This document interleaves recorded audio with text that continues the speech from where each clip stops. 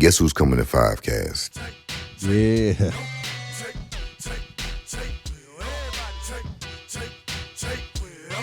Yeah, okay. Yeah, you feeling that, huh, Nas? I know you feeling it. Don't try to act like you ain't feeling this thing now. This is what we do over here.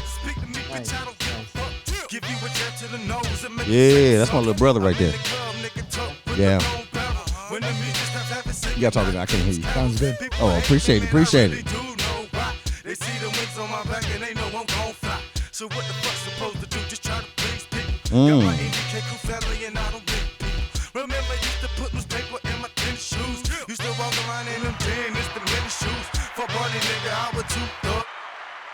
Hey, man. Hey, welcome back to another great episode of 5Cast. You know, hey, this is episode 2 for the year right now. Just finished episode 1 for the year. I mean, it's probably episode 90, but it's actually episode 2 for 2023. Awesome. Okay, because I just started back. Yeah, hell yeah. So it's good getting you up in here. We just finished the interview probably about 3 hours ago. Okay. So we was downtown Houston. Good. Did an interview down there, and it was beautiful. Great Downtown time, Houston's whatever. beautiful, man. You know, so it's just kind of like, hey, I live up this way, so it works out. Yeah. Great. You know what I'm saying? So I can get it back in. Hey, but without further ado, I want to introduce a young man that I recently met. Honestly, I recently met. You know what I'm saying? We have mutual acquaintance, and you know, was at an event I think a weekend ago or 2 weekends ago, and I met Nas there. We talked briefly for a minute. So you know how I do. I don't like to know a lot about the person. You know, I try not to talk to him that much because I want to learn during the show. Okay, Gotcha. but I did get the chance to talk to you a little bit, so I probably cheated a little bit. But other than that, it you know. But I thought that his story was remarkable. You know, the little bit that I did get, and I think the journey. You know, I love journeys, and so I just really love his journey and everything he's doing. And I like the fact that he's really resilient. You know, and I think you're gonna get a lot from him in his story today. And without further ado, you know what I'm saying? My man Nas is in the building. What's going on, baby? What's up, man? How are you? Hey, man, I'm trying to do it, man. Hey, first I want to go ahead and comment on the place, man. Beautiful. Thank you. Beautiful. You know what I'm saying? You know, I was impressed from the trailer that you showed me. Yeah. You know, so I said, you know what, this trailer is fire. I've been talking about it. So Yeah, I said I can only imagine what the shop is gonna look She like. is beautiful, man. You know, so I wanted to just salute to you, man. Hats off to you on that right there. Yeah. But if you can give everybody just a little brief description of who you are right now, Okay. you know what I'm saying, real quick, and then we'll kind of get into the way the show flows. Awesome. All right, awesome. cool. So my name is Nazario Castillo III. I'm a barber. I'm a Marine. I'm a father. I'm a son. I'm a brother. I'm a business owner. A little bit more on the haircutting side. I'm a barber. I'm a cosmetologist, and I'm a haircutting instructor. I used to instruct for Paul Mitchell in the school. Oh, come on now. You in big time. Yeah. He's showing off right now. He done went to the damn Paul Mitchell. You didn't have to go there to it, man. You could have just said some barber school, but you going to say Paul Mitchell on him. Yeah, no, it's been fun. The journey's been fun. And yeah, man, I mean, just trying to get it every day. Okay. Well, this is how we do it here at 5Cast. 5Cast is really an experience. And the reason why I say it's an experience because we like our audience to really like get to know the person from what the person wants to say. Yeah. You know, and I think a lot of the things in our journey, and that's the experience of it, is that sometimes somebody will be at a certain point that you were at before. Yes. And you talking about that piece, it could probably help them get over it. Yeah. You know what I'm saying? Help push them. Like, man, I was right there at that point with Nas was, and I wanted to quit, but dang, he went through that thing. Yeah. You know, he did. Yeah. Okay. All right, so this is how we started. So I'm going to take you back a little bit in time, okay? Awesome. I want to go back to 10-year-old Nas. Okay, and so as we do this thing, we go in chronological order. So whatever age we at or grade, just kind of stay within that realm. Okay. You know what I'm saying? So what was a 10-year-old Nas like? Man, 10-year-old Nas, if I can remember, I mean, just playing sports, playing baseball. Oh, baseball. Oh, yeah. Okay, what position? Yeah, pitcher. Oh, go ahead now. Yeah, Come on, goddamn, shout out to that right there now. Shit. Pitcher, third base. Okay. Yeah. Well, you got a little rocket on you then. You got a rocket, you put third on them. Yeah, That's man. a rocket there. Yeah. And my dad, Mm-hmm. we come from a family of baseball players. Okay, got it. Growing up, come from a family of auto mechanics. Oh, for real? Yeah. My grandfather, may he rest in peace, Nazario Sr., master auto mechanic. My two uncles, Mike and Carlos, master auto mechanics, and my father, Nazario Jr. Right. Nazario Jr. He master diesel. Man, mechanic. you better stop playing with that, man. You better stop playing. Hey, you out of San Antonio, right? It's a little city called Eagle Pass, Texas. I know Eagle. Don't act like I don't know what the damn Eagle Pass is, man. Come on, let me hit the button again. I know where the pass is at now. It's serious down there too now. You can't go down to the Eagle Pass playing around either now. I know that much now. Okay, all right. So you come from a family of pretty much auto mechanics. You know what I'm saying? So that means you kind of had that bug in you a little bit. You know what I'm saying? Is it from watching as a 10-year-old Nas? I mean, well, we were always working. Okay. Always working, and then baseball. My grandfather had his own mechanic shop. Oh, okay. So he's the first entrepreneur in our family. But the baseball thing, Grandpa had his own baseball team in Mexico. Oh, senior, huh? Yeah. Senior was doing his thing. Yeah. Okay. Yeah, Man, so that's what I'm talking about. my cousin Mike and Carlos, at the time they were in the high school years, Right. and so they had all their varsity friends, Right. and they would get all the varsity friends, go down to Mexico And and just wax them. Everybody. They probably running that. Hey, let me bet you on this right here. Come back with a little bit of money. You know what I'm saying, in your pocket. Okay, so during that time period, so you watched a lot. You know what I'm saying, from the athletic side and also just from the mechanic side. Like creatively, what was Nas like though? Like what was that 10-year-old kid like? Man, I honestly think I just want to be better at doing something right. Okay, got it. Just constantly trying to. As a matter of fact, I used to work on my batting, working on batting, getting like that precision, trying to just repetition. Because Grandpa used to get a bucket full of like bottle caps and cut off a broomstick, Right. and Grandpa would just be sitting down having his Budweiser while we're standing right there, and he would just flick it. And we used to have a volleyball net behind us. All our family plays sports. Right. So Grandpa would be like, all right, you got to hit this bottle cap over that net.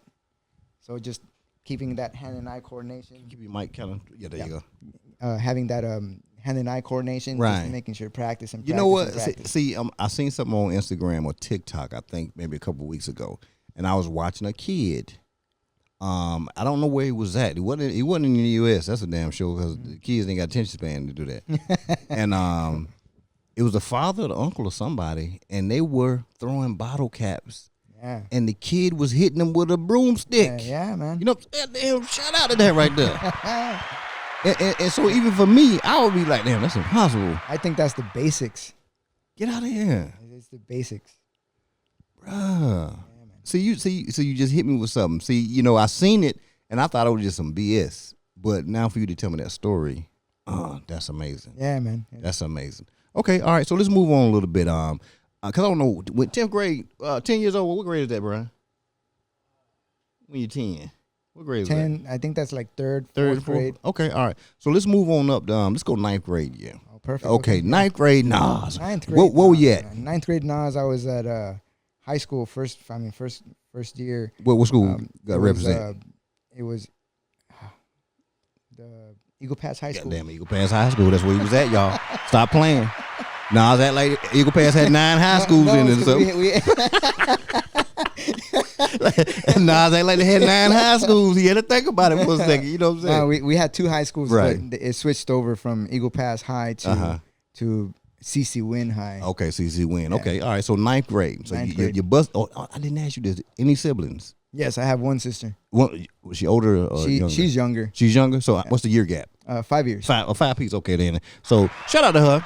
Shout out. I know you're 5 years behind him and everything. So it don't mean nothing. He was out of high school before you got there, so don't worry about it. So 9th grade. What was that like for you? 9th grade was really fun. We also do a lot of music. Growing up, we like music. So play saxophone. Come on now. Whoa. So you around there woozing the women. You know what I'm saying? You said that. I know about them guys with the saxophone, Winston Marsalis and all that stuff like that. I play saxophone and I play guitar.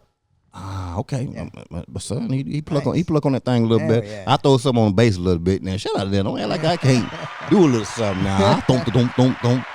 Okay, so So the musical talents were there. Music talent was there. Track, baseball, and ROTC.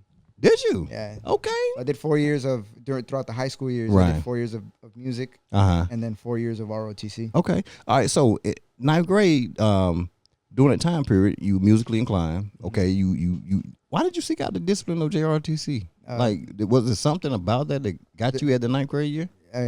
I mean, I've always enjoyed and liked the idea of being a part of the U.S. military. Ah, okay. So that was just something. Was anybody from the family in the military prior that you seen that that you were around? Growing up, I only knew that there was one of my mom's uncles in Mexico. He was part of either the army in Mexico, or he was part of the National Guard in the United States or something like that. But there was one of my cousins. Later on, I found out that he became a Marine too. Ah, okay, got it. Okay, all right. So ninth grade year, you doing those things. What type of kid were you? Were you a mischievous kid in ninth grade, or were you just using JRTC, so you probably weren't too mischievous? I think I was busy. I was like, I would have band practice, and then right after band practice, go hit up the drill team because I was a part of the drill team, and then home. Trying to play sports, trying to do everything all at once. By the time I got home, just homework and still some auto mechanics somewhere in there. Might have to fix I have no idea what to do with auto mechanics, man. In ninth grade, you seen it coming up, but you just said, that's not me. I like electronics. Okay, got it. Okay, then. All right, so let's move on forward because you said you was in JRCT and band. So it's 12th grade year. Mm-hmm. All right, it's the second semester, 12th grade year. What was Nas' mindset at that point right there? Trying to go in the Marine Corps. So you knew that's what you wanted to do.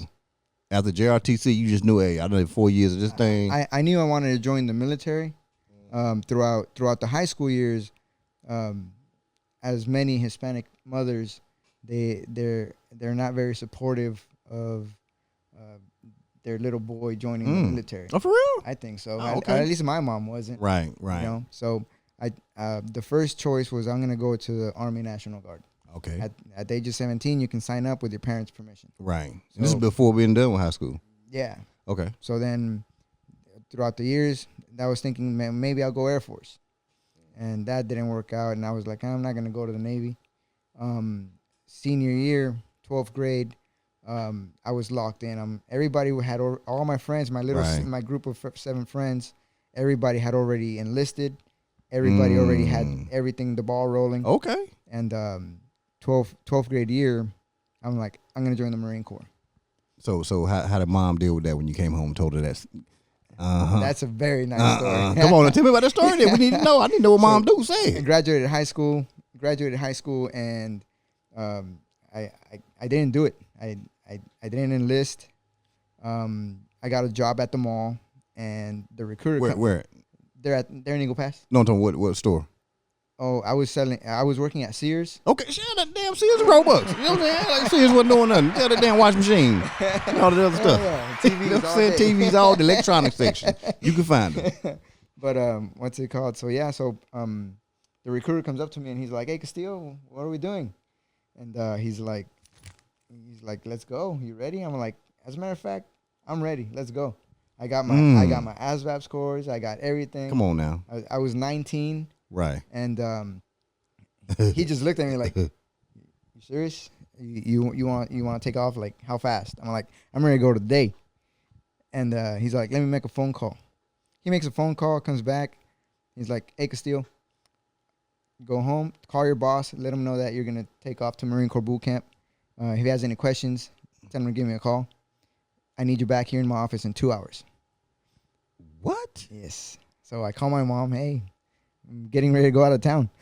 And my mom was like, "Where the hell are you going? You haven't left Eagle Pass. You never go out of town." I'm like, and then she just gets quiet and she's like, "Nazario Castillo III." Oh, you know she out there. Beep, beep, beep, beep. Ooh. "What did you do?" I'm like, "I enlisted in the Marine Corps." And she's like, "When are you taking off?"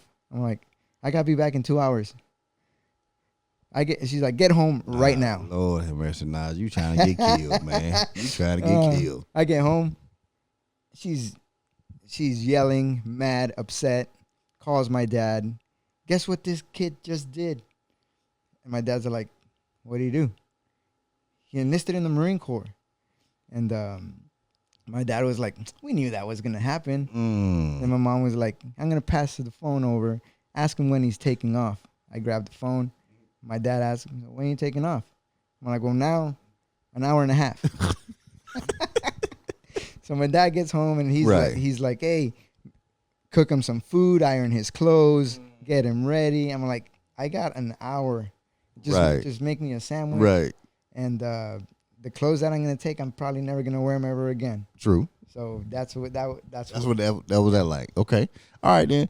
So because I do know about the military a little bit or whatever, I do want to hear about your first day. Where you go to, San Diego or Paris Island? San Diego. Okay. All right. So your first day at San Diego, I need to know about that particular day. So that day, so the day that I left, I was going to go motor T ops, transport. Right. Well, right before I shipped out, they told me that I couldn't leave because I'm colorblind. I'm red-green colorblind. Okay. So they told me that you can't go motor T ops because you can't. If you're a driver, what if you don't see red? You can't see a stop sign. And I was like, all right, cool. They're like, give us a second. We're gonna figure something out. See how we can get you to take off. So, they come back and they're like, we got one way you can go in. I'm like, how is that? They're like, open contract. Ooh. And I was like, shit, let's go. Take off, and like 6 hours later, midnight, 1 a.m, I get off the plane, and MCRD is right around the corner from the airport in San Diego. So, right. Yeah, man, it was a rude awakening. Open your eyes wide. Oh man, a little different for Eagle Pass, just a little different. Very different. Ooh. That's the first time I've ever been out of the state, out of my city. Mm-hmm. Yeah, that's the first time I ever flew. So it's definitely so you getting shocks all the way around. Oh yeah. First time out of the city, first time flying, and then you get this greeting and welcome. You get that greeting, that you see that campaign cover and that frog voice. Is that knife hand right in your face, spit in your face, and it's like. What did you say to yourself? Did I make the right decision? Oh no, man! I was super excited. Oh yeah. I mean, not knowing what was gonna happen is like, holy shit. Right. Okay. Yeah. Okay. Cool. All right. So how long were you in the Marine Corps? 6 years. 6 years. Okay. So during that time, what did you learn? If you had to culminate that time in the Marine Corps, what were some of the things that you got out of that? The biggest thing that I'm still using today is adapting and overcoming. Yeah. Everything just don't work out. Oh no. But you don't stop. Yeah, you can't stop. Can't stop. You can't stop. Like you gotta assess the situation. If everything's going good, follow through. Right. Things go bad, take a step back, analyze everything, and then just push forward. Okay. All right. So now we get into the meat and potatoes of everything, right? Okay. So the day you're getting out of the Marine Corps, okay. So that transition is for everybody. Even with me retiring, and I see it. I've seen soldiers retire, soldiers just getting out, stuff like that. What was your mind? The same mindset I asked you about when you left 12th grade. What was your mindset now on your last day in the Marine Corps? The last day in the Marine Corps, it was rough because I really enjoyed being a part of the Marine Corps, and being able to travel and see the world and everything like that, being around with Marines, and then the unknown of getting out of the Marine Corps and not knowing what I'm going to do for a job, because I was in Japan at the time. Well, okay. I'm about to go army on you. Okay. I know about Camp Zama. You know what I'm saying? Shout out to Camp Zama. I was running through there, killing them out there. You know what I'm saying? I was at Kadena, Yokota Air Base. Don't play with me out like I ain't been all over Japan, but I don't want to talk about that stuff right here. It's illegal in the States right now. It's illegal right there. Talk about Camp Zama. Ooh, Lord Jesus. Okay, anyway, I'm back. Yeah. But okay, so the transition in your mind, you thinking about coming home. Yeah, coming home, and I'm like, man, what am I gonna do? Because you got so many options. You got. Oh, and you were coming from Japan. Yeah. Oh, you weren't even in the States getting out. I wasn't even in the States. So coming back is like, well, you got the oil field in Texas. You want to go work in the oil field, be a truck driver, go law enforcement, firefighter. Thinking about going back to school, using the GI benefits. And I was like, man, I have no idea what I'm going to do. So originally, I was locked in on trying to be law enforcement. Okay. All right. And first trying to figure out where I was going to live, because exploring the world and being in all these other places. Right. It made Eagle Pass look like that. I love Eagle Pass, but man. it just made it so tiny. Oh yeah, so it's Eagle Pass. I think is like you're there, and you take off and you leave, and then everything. It's home. It's always home, but there's so much more that you can explore. Right. Right. Okay. So what did you do? I went to truck driving school. Okay. All right. So you tell me you want to take the truck driver route for a minute. Okay. I went to truck driving school. Okay. So you did that, and how did that work out for you? It worked out really nice. Went to truck driving school, got a job. I was delivering Pepsi. Okay. Delivering Starbucks products with another company, and then finally I had enough road time to apply to the oil field. And then I started hauling frac sand. Okay, frac game. Okay, the frac game. I don't know nothing about it. I seen enough of it though. You know what I'm saying? But okay, all right. So you did that for a little while. You know, what made you kind of say, you know what, I'm tired of that right there? Never home. For me, good money, but never home. Right. Yeah, it was to the point where I just got home, do laundry, maybe enjoy a few beers, right, go out to dinner, and dead tired, and right back at it again. Man, that sounds like drill sergeant duty right there. Yeah, you know what I'm saying? That's how I was when I was drill sergeant. Man, please. No. Okay, so you got kind of tired of doing that right there. Yeah. And so what wheels was, because you don't seem like the guy to just do something like that. You seem like you think about things a little bit. You know what I'm saying? Before you just jump out there. Now I do. Oh, okay. All right. Yeah. So after truck driving, I was like, you know what?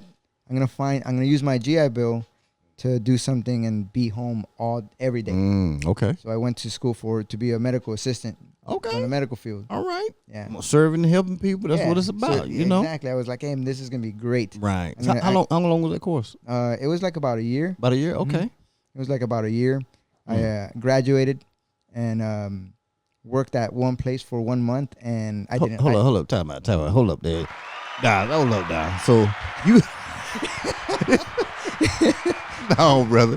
You spent a year in that school, came out, took some tests. Evidently, you had to take some tests to get some stuff, and then you worked for somewhere for 1 month and decided that wasn't for you. That wasn't for me. What was it that made it not for you? Rude people. The ones you're trying to help. The ones I was trying to help. And being straight out of the Marine Corps and stuff. Okay. Having rude people be. Right. And you got that, you know, like, it's a lot of respect, and like, you give people respect, and you expect respect. You know, when people kind of coming at you the wrong way. And I have a problem with that. Yeah. Even now to this day, man. Like, it's, you know, I have to look at people a little bit for a second, because the people aren't. Yeah. I got too much to lose for opening my mouth wrong or doing the wrong action. I have to think about it a lot. That's what I'm always thinking about. Okay, so you knew at that point, hey, this is not gonna work out. Yeah, this is not gonna work out. What was your mindset then? Well, I went to because when I got hired on to one of the companies where I was truck driving with, that was a staffing agency. So the staffing agency, I contacted them and I'm like, hey, here's my resume. I've done office work, and here's my resume. So they called me up, and they're like, yeah, man, we'll hire you. Started working for them. And then I started barber school. Ah, okay. So you jumped on that barber school. That's when you went to barber school at Paul Mitchell? No. So that's two different schools. Oh, okay, got it. So for barbering, you do 1,500 hours of barbering in the state of Texas. Okay. So I did that 2014. Okay. What school you go to? Or you don't want to name? Oh, yeah, that's fine. What's the name? It's Alamo City Barber College. You went to Alamo City Barber College. You better, the fighting Clippers. You know what I'm saying? It's one of the best schools. Going to that school. Right. And now being an educator and being around the United States, traveling the United States, doing hair. Right. Alamo City Barber College got it down. They do it right. What they out of San Antonio? San Antonio. Okay. Cool. Okay. So you knocked that out. After you finished school, what did you want to go out and do your own thing? I mean, what was your mindset? You need to get in the shop. So it was very interesting. I have a picture on my social media while I was working at the staffing agency. I ended up getting fired one day. I ended up getting fired, so I decided to go to barber school full time. I didn't want to get another job. The VA was giving me BAH, so that helped me with my housing. Okay, definitely. And so dedicated my entire days to barber school from 8 a.m. to 10 p.m. And what I ended up doing, I ended up transforming my apartment living room into a barbershop. So I on the days that I wouldn't go to barber school, I would be at the gasoline station like a sit-go, and I would just start passing out business cards and tell people, "Hey, Get out of here." That's what I'm talking about. Come get cut Right. right here at my apartment." And $20 haircuts at the time. Right. And then I got licensed, and then I went to go work at a barbershop called Rob the Original. Okay, they're Rob the Original. They out of San Antonio? San Antonio. But they're Rob the Original. Right. They cutting you up down there. They still down there doing things? Oh, yeah. Okay, yeah. They handling business. Yeah, and I was working under, so he's a great barber, but I learned a lot of my skill from a barber named Barber Wheels. Barber Wheels. Yeah. Okay. So what, did he take time with you or something? He took time with me, gave me a lot of pointers on what to do, and also helped me a lot with my photography. Using a Nikon camera with a 50 millimeter lens to get that nice portrait mode photo. Right. But as far as skills, my edge ups, my beard lineups, that attention to detail to just being super crisp. Yeah, I learned a lot of that from Barber Wheels. Okay, all right. So the time went by. You was in the barbershop doing your thing there. So what happened? Because you're not in San Antonio right now. Yeah. So what was the transition on that piece right there? At that point right there, brand new into barbering, no clientele, and paying booth rent. Ooh. Yeah, paying booth rent. It was $300 a week. Yeah, $200 or $300 a week, one of the two. And shit, I need to just open up some barbershops there. Shit. And no clientele. Right. So there was weeks where I would make $400 in that week, and at the end of on Sunday, I had to get my money ready for Monday morning. Boom. To pay my booth rent, so I can work another week.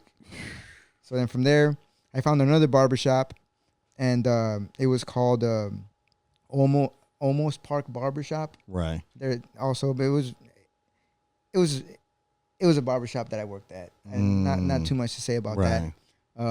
But then from there, I went to where I learned a lot of my classic haircuts, my modern haircuts, and that barbershop allowed me to just really become an artist. And that barbershop is called North Star Barbershop. North Star? Okay. North Star Barbershop over on 1604, and over in the Stone Oak area in San Antonio. Okay. All right. Yeah. Okay. So you're doing your thing over there, and but it still wasn't enough for Nas. No, so it wasn't enough for Nas. So I was there, and my son's mom, she told me that I should try doing cosmetology, because with attention to detail that I put into my haircuts, she's like, "You'd be very good at doing women's haircuts." Okay. So I ended up going to Paul Mitchell, the school, San Antonio, and that was like about 16 to 18 months long. And so I was working at the barbershop, and I was at the Paul Mitchell school. Right. While being at the Paul Mitchell school, I won a competition and ended up winning a ticket to go to a Paul Mitchell, the school event in Florida. Right. And so I went out there and I did a haircutting competition out there, and came back, finished school. I ended up landing a haircutting gig out in Hollywood, California. Yeah. I seen your pictures out there with Paris Hilton and everything. So yeah, we're gonna talk about the damn Hollywood for a few. Yeah. So, shout out to Barcode Barbershop on West Hollywood on Sunset Avenue. That damn Barcode. Yeah. You got to get it to him. So when you land, was it easy for you? Because you said you had a son. Yes. At the time. Yes. Was it easy for you to just say, I'm gonna go ahead and go on out here? It was very hard taking that decision, because talking to my parents about it, talking to my son's mom about it, everybody was like, "No, don't do it. Don't do it. Like, you got your life here." Right. And it's hard. Nas and Leo doing their thing. Yeah, man. Okay, all right. That's what little Nas here. The second. Leo is about to be 10. Oh man, they growing up so fast. Yeah, and then Nas just turned 7. Okay, all right. So you made the decision though. I made the decision. So you made the decision and headed back out to California. Yeah. You know, Hollywood. Hollywood. Yeah, it ain't like you just going to Cali. Hollywood. Just to go. Hollywood. You Beverly went to Hills. Hollywood now. So going out there, right? Things are different. Very different. I mean, this is not Texas at all. Yeah, no. Hollywood is its own thing. Oh man, it gave me flashbacks. Come on now. Come on. I was out there. I'm always passing out business cards. Right. Always. So the barbershop where I'm at, right on Sunset Strip. Ooh. Barcode. Ooh. You got a place called Whiskey Go Go. Uh-huh. And then the Viper Room, which used to Right. be owned by Johnny Depp. Well, let me ask you, to get into the work at Barcode, it can't be like an easy thing, is it? I don't think so, but I'll tell you how I did it. Okay. So I went out there and with the mindset of like, I'm going to go out there. You're the barbershop owner and I want to meet you or I want to meet the boss and be like, hey, hi, this was my pitch. Hey, how you doing? My name is Naz. I'm a barber from Texas. I'm planning on moving because I went in October. So I told him, and I went for a week just to scout the area. And I was like, my name is Naz. I'm a barber in Texas. I'm looking on moving out here in January. I would like to bring a model and show you what I can do. And okay, look at that. Got that game with him. And I ended up gathering like about 20 to 30 business cards in that week. Man. And getting people's social media accounts, following up with them. So on that Monday that I arrived, I went out to dinner and I parked and I see this awesome barbershop with like glass sliding doors, nice open atmosphere. Excuse me. And so I walk in and I ask for the manager, and I find George, and I tell George, hey, I'm a barber from Texas, planning on coming out here, wondering if I can come bring a model and do a demo. He's like, you know what, man? Yeah, come on Friday. Oh. That was Monday.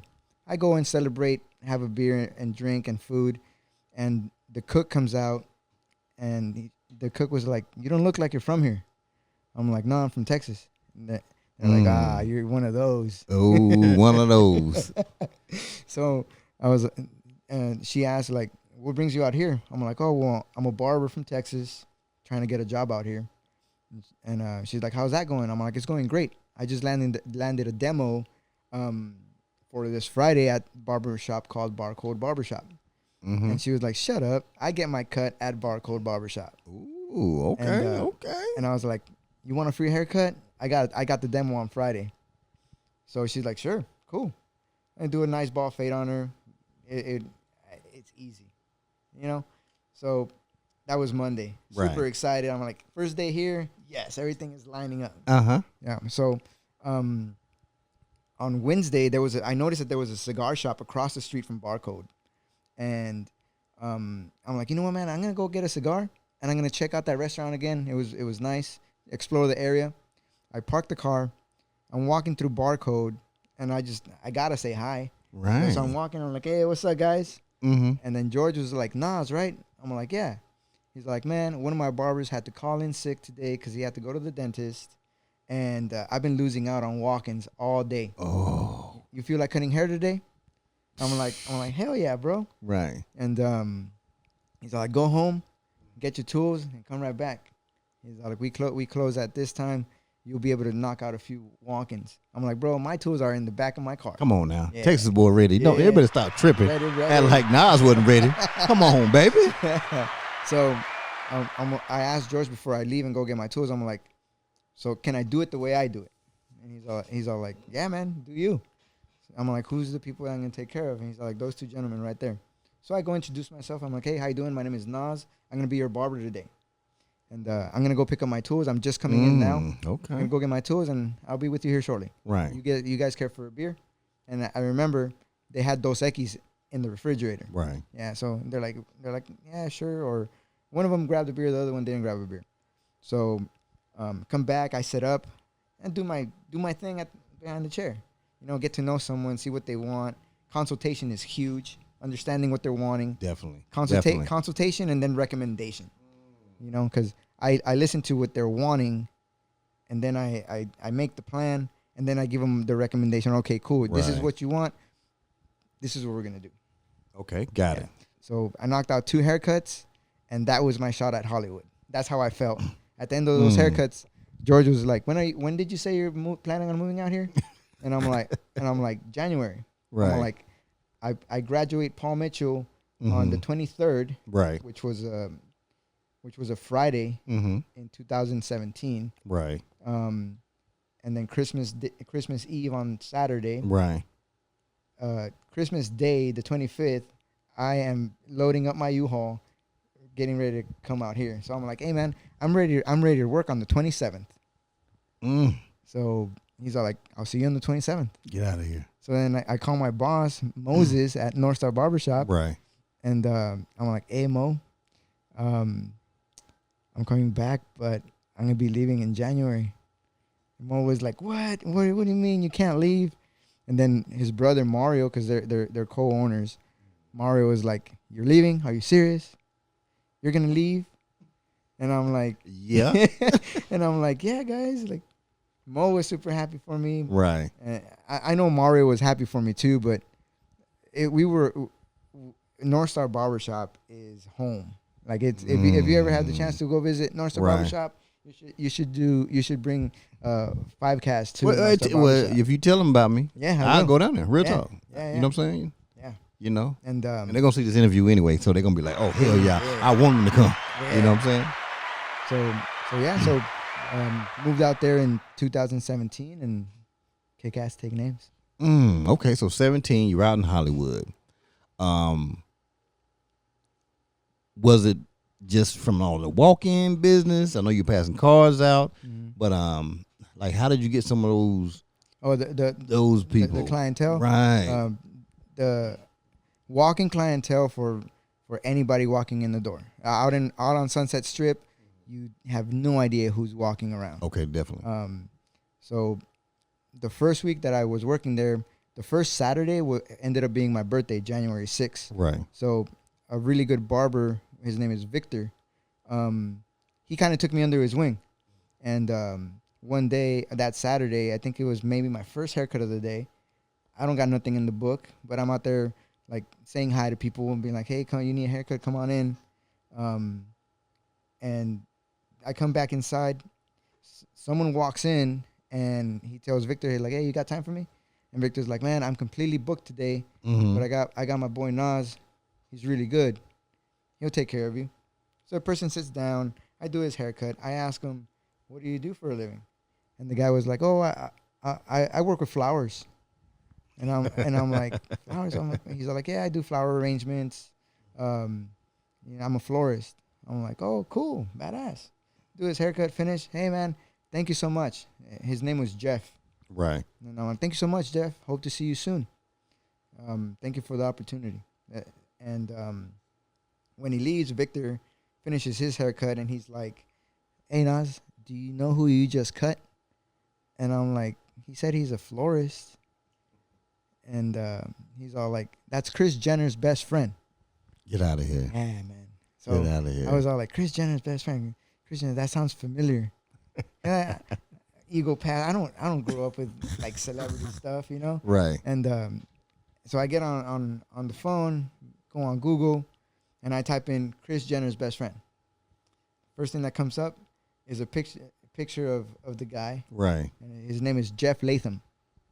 Get and out so of here. Jeff Latham is the Kardashians' florist. Get out of here. Yeah, man. Oh, shit. Yeah. We never know who we meet. Oh, no. We never know who we meet. That's the way it works, right? So I started cutting Jeff's hair. Jeff started coming in and requesting me regularly. Right. And then after that, because out in Hollywood, I mean, these amazing people are busy and on the go. Right. You know, they're busy and on the go. And one day he's like, can you come to my studio? Oh. So I asked Victor, and I'm like, hey, he wants me to go to his studio. Like, can we do that? He's like, right. Naz, this is what we do out here. It's called a house call. You know, and I'm like, what do I need? He's like, just get an extension cord, get your tools, everything that you need to perform the service, Right. and go do the haircut. Simple like that. Right. So I go to a studio. Is at the Four Seasons Hotel. Huge, beautiful. Come man, on now. Beautiful. And I walk in and I'm like, there's a lot of flowers around this thing, you know. And so I go up to LA. I'm asking Eric because I don't know where I'm at. Right. So I'm asking everybody, I'm here to see Jeff. And they're like, oh, yeah, go here. And I walk in, man, it's so many flowers, roses, and everything. And he's directing people left and right. And he's all like, we'll do it right here on this little corner. I'm like, okay, cool. So we'll do a haircut there. He gives me a hat that says Jeff Latham with his logo. Right. And then he hands me over a packet of paper. And he's all like, read through this. And sign it for me. Right, NDA, baby. Yeah. You know, everything they do around there. So, you don't see nothing. You don't say nothing. I didn't know what that was at the time. I'm like, so I started reading it, and I'm like, oh, it's snap, dude. Like, this is like a trophy to me. You know? Like having someone trust me like that. Right. You know. Right. So from there, there's a guy named Jay Shetty. Okay. He's a motivational speaker. I cut Jay Shetty's hair out there in Hollywood. Juan G. Juan G used to get he used to be if he's not still, he used to be Tyga's manager. Okay. So Juan G used to get cut up by Victor and George. Okay. But I got the opportunity to edge him up one day. I had Juan G. A guy named Trevor. He was an Olympic torchbearer. Okay. Who else? DJ D Nice, Derek. Come on now, that boy. I know D Nice, baby. I know back when he was with KRS-One. Yeah. You know what I'm saying? Yeah. You know that's how me and D go back. So D Nice, he's a very big supporter of Bear Grooming Company. Because aside from the Barber Effect, right, I own a small company called Bear Grooming Company. Okay. I make soap. I make oils. Come on now. Beard balm. Get out of here. Yeah. Man, I'm keep hitting the damn button on you. Damn, you sneaking up some stuff on me now. Okay. So he used to come over to the shop. Right. One of the things that I offer in the barbershop is a steam charcoal facial with a sand scrub. Yeah. So that was one of the things I was pitching to George. Hey man, can I do these extra services that'll bring in more money? Right. And George was very supportive of all of my ideas. Right. And so D Nice used to be very supportive of the brand. Mm-hmm. And so I did his beard and head shave. Right. And then Barcode expanded to 2 locations. And at the second location, that's where I cut a guy's named Colton Haynes. Okay. Colton Haynes is the archer for a TV show called Arrow. Okay. And another one called Teen Wolf. So just racking up all these people, man, right. You know, putting my name out there and just creating that community. Right. Then I landed the haircutting opportunity, I landed an opportunity being a haircutting instructor at Paul Mitchell, the school, Pasadena. Ooh. So Pasadena was like a 30-minute train ride. Right. And so I started instructing over there. Uh-huh. And with Paul Mitchell, they have different teams. Okay. They have like a design team. They just have different teams for different events, runway shows and stuff like that. Mm-hmm. So I put in the hat. I put my name in the hat for a runway show, right? And I heard that it was going to be kind of hosted by a specific musician. Okay, her name is Lindsay Sterling. She's a beautiful woman and plays a violin. So I heard that she was going to be there. I'm like, shit, I'm putting my name in the hat, right? And so I get there, and I see Paris Hilton. So Paris is going backstage, and she's talking to the students about, you know, the order of operation that's going on. Right. Lindsay's there also, like with some people and stuff. It was a kids event. It was like a fundraiser. Okay, got it. And so me as the instructor, right, the learning leader, I took the students, like about 20 students. Right. And the students were the ones in charge of taking care of the hair, the makeup, just making all the little kids look Right. really good. And I was just there as a supervisor. Oh man, well that's cool. But still, to be in the arena with those people, the caliber of people that's around it. Yeah. And then the fact that you Paul Mitchell, period. I'm not even into all that stuff, but I know that Paul Mitchell is kind of like the cream of the crop. It's a really creme good de la school. creme. It's a really good school, man. And I think they take a lot of pride in what they do. Oh yeah, period. they do. It's a whole culture in itself. Right. Okay, all right. So, and this is the thing that's I ain't gonna say strange, but you out there in Hollywood, man. Mm-hmm. You doing it big. You got down there in 2017. You doing your thing. You packed your U-Haul. You rolled on out. Mm-hmm. But what was the thing that made you come away from that?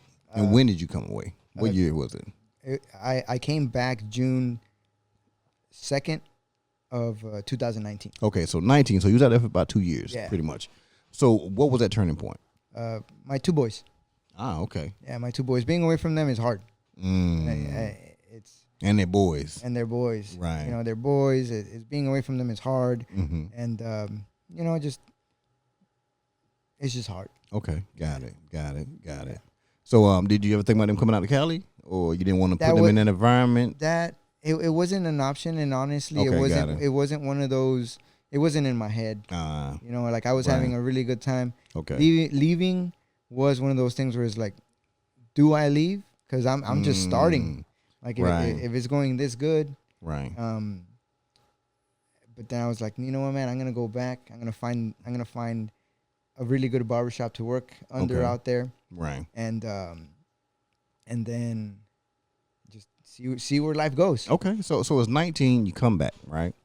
But there was this thing that was coming out toward the end of 19. It was called COVID. Yeah. Right. So you get back from Cali, and you're here. Did you come to Houston, or did you go to San Antonio first? I came straight to Houston. Straight to Houston. Well, I was living in Katy, Texas. Okay. All right. Yeah, I was living in Katy, Texas. And So what made you pick What made you pick this area versus going back towards San Antonio, where you kind of, you know what I'm saying, roamed around a little bit? I didn't. San Antonio is great. Mm. Kind of like at the time, the way I was looking at it is just like Eagle Pass. It had gotten. It got It small. got smaller. It got smaller. Right. And I was like, man, I've learned a lot. I've learned a lot, and it's time to continue exploring bigger options. But the thing is, like, I know what I always tell my students is, you're never gonna fail. We don't really fail, because if you're good at something right here, and you push yourself to be here, Right. you're gonna be better. Mm-hmm. And then even if you go further, Right. but you don't make it, Mm-hmm. and you fall back to where you were super successful right Oh, here. right there in that spot. Yeah. So you're not failing. You just gotta again assess the situation. Just take a step back and then go at it again. That old consolidate and reorganize type of Reorganize situation. and go at it again until Right. because there was something that didn't click when you were trying to go forward. So if you're failing at something, go back to where you're a master at it, Right. and then just regroup and charge forward. Okay. Yeah. All right. So you get back this way. Mm-hmm. COVID starts to come about. So yes, so And so how did that affect things? it was interesting. It affected the things where not being able to work in a barbershop at the time. Okay. Right. But right when I moved here in 2019, Mm-hmm. and I started working at a barbershop called Cutthroat Barbershop down in Houston. Okay. That experience right there was great in the sense that being booked. I went and did my interview, and I got hired. They told me, like, take tomorrow off, take care of your stuff at home, Right. and be here on Wednesday. Okay. And I was like, cool. So I started working there. I was working there for like about 4 months, and got let go again. Right. But getting let go, like I've learned, let go from somewhere is not a bad thing. It's an opening. Yeah, it's an opening. So while I was working there, I was opening my mind, trying to bring stuff from California down here, as far as like the mobile house call. Yeah. Oh. So I started taking care of clients at their houses while working there, and putting all my ideas that I learned out there, I was like, you know what, man, I'm gonna open up a mobile barbershop. Okay, So- here we go. So right I started saving money. Right. And then I traded my car in because I had a little GS 350 Lexus. Okay. I traded that in for a 2500 Ram, and Excel spreadsheet and everything that I needed. Right. And I got let go from that place. Super bad weekend because I got let go, and I'm like, what am I gonna do? Like, I don't know anybody out here, and I go visit my dad in Eagle Pass, and my dad's like, hey, clear your head.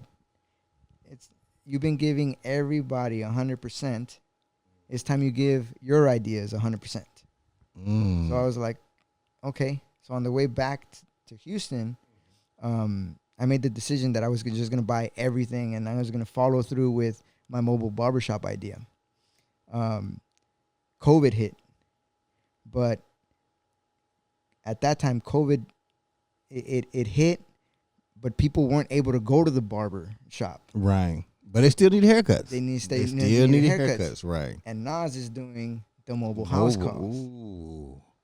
So I'm doing about 10 house calls per day. Come on, man. Going. I end up moving out here to Spring. Right. So going from Spring to Sugarland to Pearland to Pasadena, like out to Willis, you know. So this was just you putting your stuff in the back of your truck and going. Yeah, I have I would carry a chair, a table, all my tools. Right. These studio lights, the long ones that you see here. Right. Yeah, those studio lights and a floor mat. And I bought a little Marshall, kind of like the Marshall speaker that's right there, but a little portable speaker. Right. And I play tunes and just service you and your family in the luxury of your own home. Right. Yeah. Come on now. Yeah, man. Killing it. So then with that, saved up the money, bought everything, and started constructing the mobile barbershop. Okay, so now, when you first got the trailer, right? Mind me ask you, what you get trailer for? Just around about like about 15, about 1,500 or 15,000? 15K. 15K. Okay, so you got your trailer, and you just had this idea. Said, hey, I'm gonna put this stuff in there. Yeah. And I'm commenting on everybody because one, it's just beautiful. You know what I'm saying? He showed me the videos and pictures. I'm like, get out of here, man. She's nice. And I'll make sure as I'm talking about it right now, I'm gonna get a little video from him, and I'll be showing it as we're talking right now when people see this on Monday. Cool. So they can kind of see what's going on with that. Yeah. But I mean, I'm telling you, I had never seen that. I've seen sprinters. Yes. People have stuff like that, a bot little baby. It's too claustrophobic for me. Right. But when I seen that trailer of yours, man, the TV's on the wall on one side, man, I said, man, this is just brilliant. Yeah. Like, why don't people think that way? You know? Yeah. It's just we're trendsetters, bro. It's beautiful, man. Yeah. It's beautiful. And you know, so once you got to that point right there and you bought everything for it and was pulling, I mean, I'm sure people was impressed. And I know that you ride motorcycles. Yes. So which I thought was brilliant. You know, you go out to different bike events and stuff like that, hitting the Harley Davidsons and all this place. Pop that back open and you know, dude, how brilliant. I got a really good friend. His name is DJ Nando, and he DJs all over. And DJ Nando hooks me up with events. There's rallies and stuff. Yeah. And I go park my barbershop. Right. And just chop heads, man. Just do it. Yeah. Man, and when I saw it, I said, this got to be the smartest guy on earth right here, man. Oh, nobody's thinking about doing that right there. Yeah, man. You know, you just got to think outside the box. Yeah. But so many people don't think outside the box, right? You know, a lot of people don't like to take a risk. That's the big thing. And that's the same thing I tell my son all the time. You know, I'm a risk taker. It's just what it is, man. I'm talking about I really will. I go to the edge. Yeah. I go to the end. I ain't gonna say the edge. I go to the end because I believe that much in myself. Yeah. You understand? And so I'm willing to go there. And I know a lot of people they don't. And some people they'll be in relationships and stuff like that, and their other half may not be willing to take those risks. Yeah. You know, and I've seen people, you know, live just totally miserable in some ways because they wanted to take a risk on a dream or something, but maybe they were like, no, you're not gonna do that. Or people are scared, man. I tell people all the time, man. And aside from barber, cosmetologist, haircutting instructor, business owner, like one of my main goals is to become a motivational speaker. Right. You did tell me that. You did tell me that. And like with this right here, man, my wheels are turning. They turning right now. Turning, man. And like on Monday, coming Monday, I still travel around the United States, and I go host what's called a guest artist spot. Okay. At different schools. So on Monday, I go to the Paul Mitchell School here in Houston. Okay. And I go talk to the students, tell them a little bit about me, and I present a haircut up on stage. That way they can see and view everything that I'm doing. They have questions, I answer questions. But let's say a bald fade. Okay, well, I go up on stage and I talk to them. I talk to them step by step on how to perform a bald fade.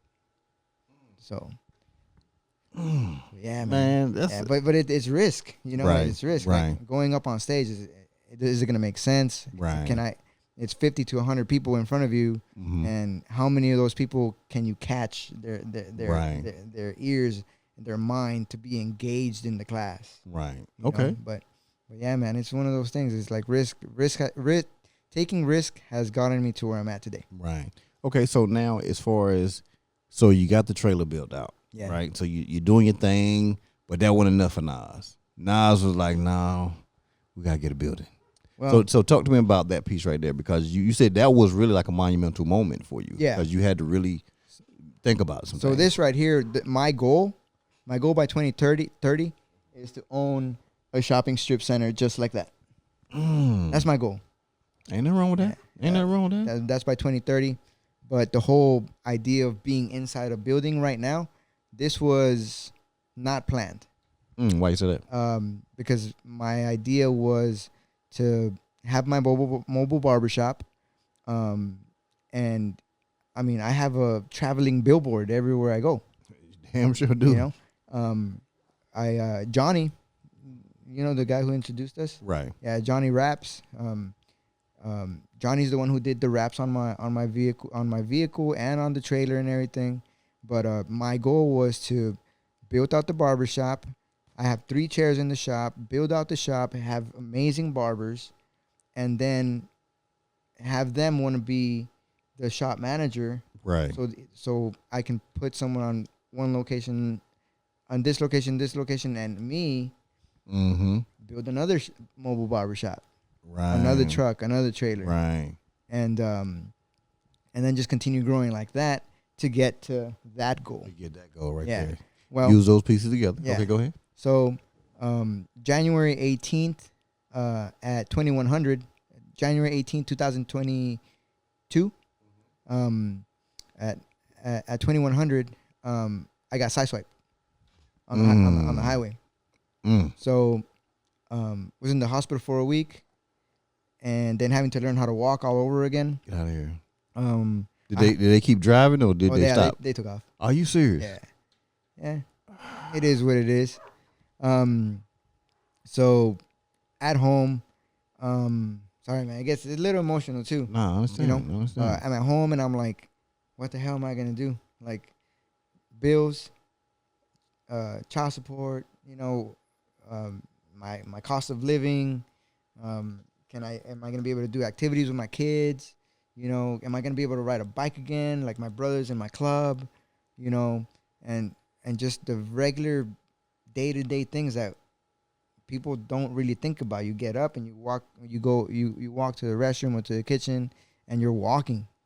And for the first 3 months of that, I wasn't able to walk. Man. Learning how to figure out how to go up the stairs, down the stairs, figuring out how to shower, you know, all that stuff that comes with being in an accident. Right. I ended up hiring 2 barbers for the mobile shop. They worked out pretty good, and I'm a big believer in, like, God puts people in your path and removes people from your path when they serve the purpose, when it serves a purpose for everyone, you know. And so they helped me out, keep the barbershop alive. But then I complications with power generators with the trailer and stuff, not be able to have enough power, me trying to cut hair again, sitting down on a stool. I ended up moving to another location. It was a food truck park. Lots of people. Well, a lot of people go there and have fun, enjoy food. But it was very hidden where there was no exposure. So that was another challenge. Right. So passing out business cards and stuff like that, and trying to work, trying to be on my feet. Finally, I'm able to. It was in April when I started being able to use a walking cane. And said because I was cutting hair with standing up and holding a like a walker like type. a walker. Yeah. Gosh. Yeah. So finally getting able to lean against something and cut hair, and then from there I ended up moving 2 barber chairs. I told myself I'm gonna put the mobile barber shop away, and I'm gonna put 2 chairs in my living room space in my apartment, and that took me back to 2014 when I was in barber school. Right. You know, I can do it anywhere. You know how to do that hustle Yeah. right there. So right. so started cutting out of my apartment. Clients started coming back, started getting booked, but it became a routine. Wake up, turn on the lights, put on music, start cutting hair, go to lunch, come back home, cut hair, and at the end of the day, Right. just turn off the lights and done. Done. I'm home. Right. Boring. And I caught myself just being just stagnant because people would call and they'd be like, hey, where are you located? Having to explain the situation about the motorcycle accident, having to explain the situation about like, oh, the mobile barbershop is closed. I'm cutting out of my apartment. So people would be like, They don't want to do that. Yeah, right. nah, I'm good. Thank you so much. Right. And then I was like, you know what? There's the salons. So the salon suites, let me go check it out. Right. And so I always have conversations with my clients. And one of my really good clients, Jason, I told him, and I'm like, hey, man, what do you think? And Jason was like, Naz, you already know what I think, but I don't know if you're going to pay attention to me. And I told him, you know what? I'm going to make a decision by Monday, for example. Right. And I made the decision. So I moved over into room 106 right here at the Salons by JC. Because this building is called Salons by JC Grand Parkway. Okay. And I was in room 106. Right. And it was going great, man. Google bringing in people, me passing out business cards, started growing, started hiring people. And here recently in December, like around Christmas time, right, my dad asked me, hey, how's work? I'm like, it's going great. I'm thinking about expanding again. So he's all like, what does that look like? I'm like, well, expanding again is going to require 2 rooms. Right. Knock down the wall to have more space.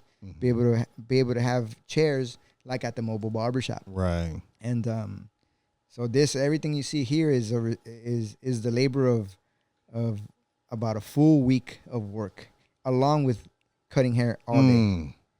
So and getting it in. Yeah. And getting it in, man. And I love it. I love it. As I pulled up and I was looking in, I'm like, dude, it becomes more of an experience. Yeah. And I like that. And I think, getting haircuts, shaves, beard treatments and stuff like that, I think that's all part of an experience. Yeah. No matter what, and it's just something I seen even coming up as a kid, and just to watch the different barbers that I watched over the years who really, that I seen, they really cared for their clients. For clients, yeah. I mean, that people may say like, whatever, sounds corny or whatever, but right. I mean, y'all are my family. Right. This is my home. Like I go to my apartment to sleep, and shower, eat. Right. But this is my home. I'm here 14, 16 hours a day. Putting it in. Yeah. And then like what's helped me here is I go out every day, and on Monday I'm always having conversations with clients. Right. And what I learned on Monday was I do it. I just didn't know that I was doing that. I know that I'm marketing. Right. I'm always marketing myself. I'm always to build the brand. But it made sense on Monday. One of my clients was telling me, he's like, you're very good at marketing and prospecting. And I was like, what does that mean? He's like, well, you go market, you prospect for your potential clients, and that's when you're putting in the work. Right. You know, going out, passing out business cards, talking to people about what you do. One of the biggest things that I've learned from Johnny is 3 things: who I am, what I do, how to find me. Right. And taking those things that I'm learning from everybody in my network, man, Right. helps me be successful. Right. And so I got that from Johnny, and then someone telling me like, you're very good at marketing and prospecting, and then sitting down and understanding what it is. Right. Now when I go out and I pass out business cards, my goal is to pass out anywhere between 50 to 100 business cards a week. So I'm always out. I see everybody and anybody. Right. And you can't be scared to give a card to someone because you don't know if you can't do that haircut. Right. Everything is an opportunity. If you don't know and you don't go get it to get that person in, you're never gonna learn. Know. Right. And that's the thing. And I like the thing with you is there's no fear. Yeah. You know, and I really I relate to people. Hollywood is what got me. Oh yeah. Yeah. Everything from seeing what, because out there everyone's trying to be the next best thing, be the next best thing. There's so many pop-up shops, pop-up events. Right. And being out there, that's what I miss. It's fast paced. Right. You know, but being fast paced and seeing how other people are doing things. Right. And the trendsetters and, you know, like just all these ideas, you can't be scared. You can be. You can't be. And I think it puts you at an advantage being here, honestly. It really does, because you just globally, you've been around the world a little bit and stuff like that. And then by you being there in that environment, you know, and you know how things move and shake. And it is relatively slow here, you know what I'm saying, honestly. And so it really puts you at an advantage. Yeah. In a lot of cases, you know, and just some of the things you do, well, people may think outside the box, but they won't have application with it. Yeah. You know, you thought outside the box and you apply. You apply. You know, are the same. So, you know, it's like one of the things that I've been learning, and I'm really trying. That's my goal for 2023. Aside from everything else that I got going on, but building that connection, building that network with like-minded individuals. There you go. I've been in positions where I'm surrounded by people, and I feel very awkward because I'm constantly, like you say, I'm constantly moving. You move too fast. My mindset is like, you move too slow. Right. You know? And for me, it's like I catch myself often where it's like, well, who do I hang out with? Who do I hang out with? What are they talking about? What are they leveling up? Are they reaching these goals? Like, hey, this person has this car, this house, this lifestyle. I can have that too. So I'm gonna go ask them, hey, how are you doing this? Right. You know, and I'm gonna learn. I want my goal for 2023 is to have 4 more interesting people than me, 4 wealthier people than me, right? Smart, you know, 4 more people, because I'm gonna make a 5th one, right? And I want 4 more people that I can continue learning from, you know, and those 4 people are gonna keep me accountable, and they're gonna be like, yo, so what's up? Where you at? That's the key, you know, and that is the key, 100%. I mean, you're on it. That is the key. I promise you. Yeah. And as long as you do that and you continue to allow those people to hold you accountable, you know, and it gets rough. Yeah, you lose because they're supposed to be hard on you. You lose people along the way, and you do, and that's the rough part, because one, we do care about people, but at the same time we have to look like, hey man, you know, we going or you're leaving. Which one's gonna happen? Because I have to go. Yeah, you know, I want you to come, but I can't want you to come more than you want to come. Yeah, you know, and that I'm one of those people. I'm not gonna do that. I'm just not gonna do it. I'm just gonna be like, yo, I might do everything I can and be like, hey, come on, let's go. Yeah. But if you decide to, I'm gonna have to throw them deuces to you, and I gotta keep moving. Yeah. You know, I always tell people, I'm like, I mean, people weed themselves out, and they will. Yeah. Every time. And then you just gotta stay focused, because you cannot allow. You can sit with it, and be like, man, but sit with it for like 5 minutes, right? And gotta move. Hey, but I do want to. You got this nice box here, right? Yeah. Wanted to kind of bring this up here. Talk to us about this right here. So, this was a present from Miss Teresa. She is a stylist here colorist here at the salons by JC, and her husband is a Marine. I just recently did his haircut this week, but at the beginning of the week, she's like, "Hey, my husband's a Marine too, Right. and we're cleaning out the garage, Mm-hmm.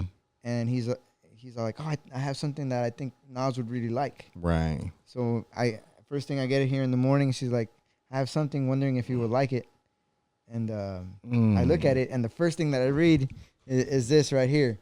Barber kit aside from seeing this box right here, you know, like I looked at the box and I'm like, oh, Iraq, you know, and I look at the barber kit, I'm like, I never seen a barber kit, but right here in the inside, Right, 1975.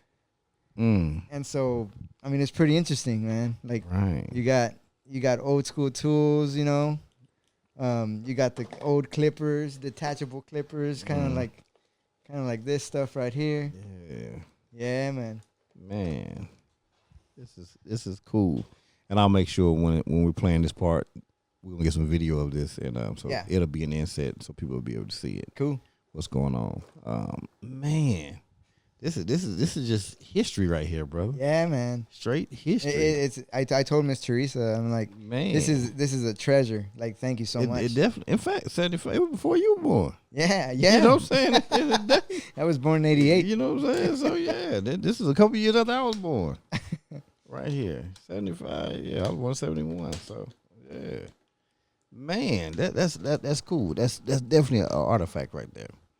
Hey, could you do me a favor? Tell everybody, before the last thing, tell everybody what this journey has meant to you.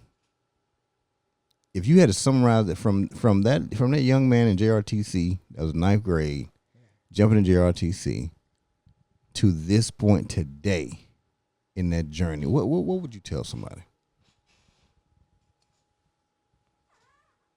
How can I see?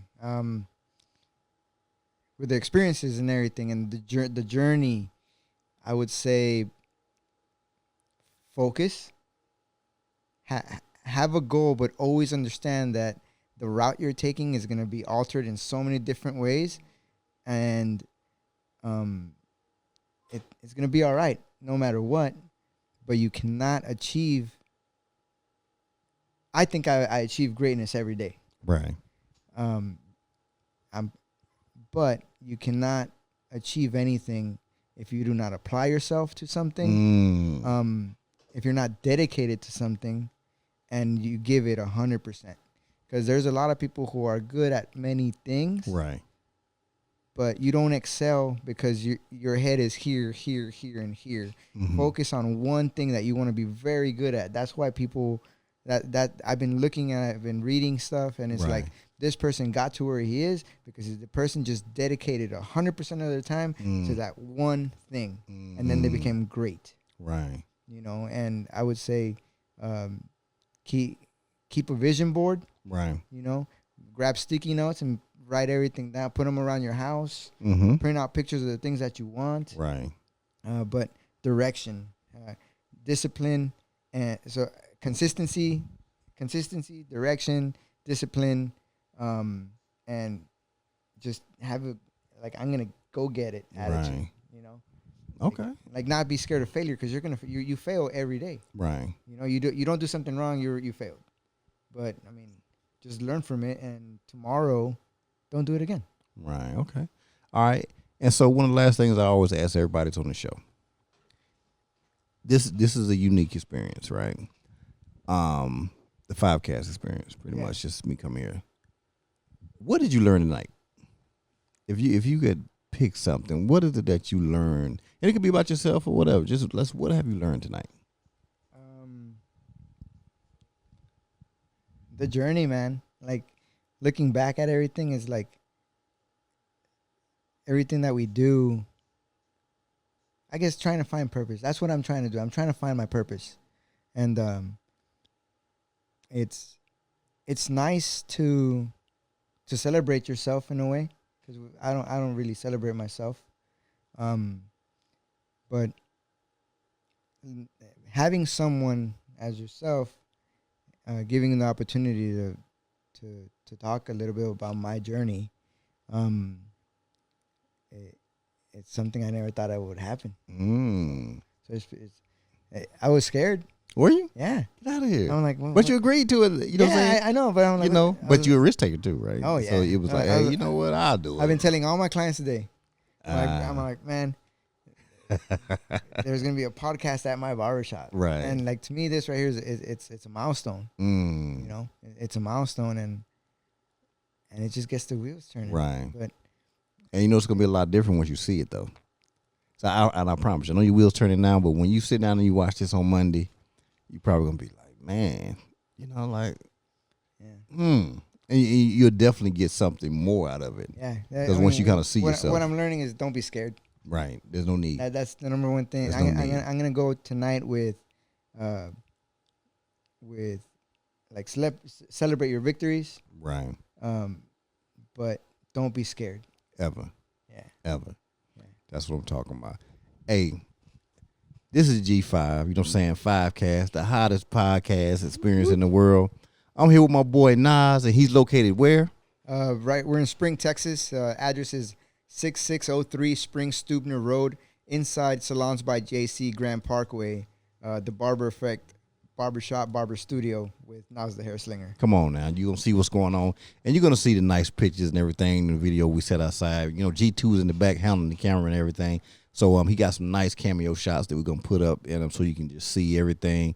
And listen, you definitely want to come in here. You know, you definitely want to come here. And I'm telling you, I can't even really say it's a barbershop, dude. It's like a salon. you know what I'm saying? You know, it's like, it feels good. The energy, you know what I'm saying? I like the time you put in by putting the panels on and stuff like that. It's more of a modern barbershop. Like, right. I've worked in very urban style barbershops, to very traditional classic barbershops. Right. And everything you see in here is just a little mixture of everything that my barber journey, right, to now creating my own little spot. I like this right. I like these right here. Yeah, Man. they're nice. You know what I'm saying? They got some different patterns. Whatever you got them from, like different type of pattern. Oh yes. Okay. Might have to tell me the secret where to I get it got from. you. Okay. Yeah. Y'all should see this, and I'm sure y'all will see it. But this is really nice, man. Hey, brother, I appreciate you. I appreciate you, letting this come through. Real talk, man. You know, hey, if you're in town, you're on this side. What's your Instagram? Could you tell everybody your Instagram too? So I got two Instagrams, one for the barbershop, one for my personal hair cutting. The Instagram for the barbershop is _barber_effect. And then NazTheHairSlinger. You can see all my haircutting journey from barber school to now, and then the Barber Effect, really trying to showcase everything that we do here at the barbershop. Man, that's what he's doing. Hey, we're going to roll out on that note right there. And I'll holler at y'all next time. Taking y'all out with some of that super hit. It's the king of no track, baby. Take, wheel. Take, wheel. Everybody take, wheel. Come on. Take, wheel. Do the take, wheel. Everybody take, wheel. You ain't got to speak to me, bitch, I don't give a fuck. Give you a jab to the nose and make you say what's up. I'm in the club, nigga, tuck with the long barrel. When the music stops having singing, not Christmas carols. People hate me, man, I really do know why. They see the wings on my back and they know I'm gon' fly. So what the fuck supposed to do? Just try to please people. Got my NDK crew family and I don't need people. Remember, used to put newspaper in my tennis shoes. Used to walk around in them tennis, the mini shoes. For party nigga, I was too thugged out for that. Never told all my enemies I couldn't be a rat.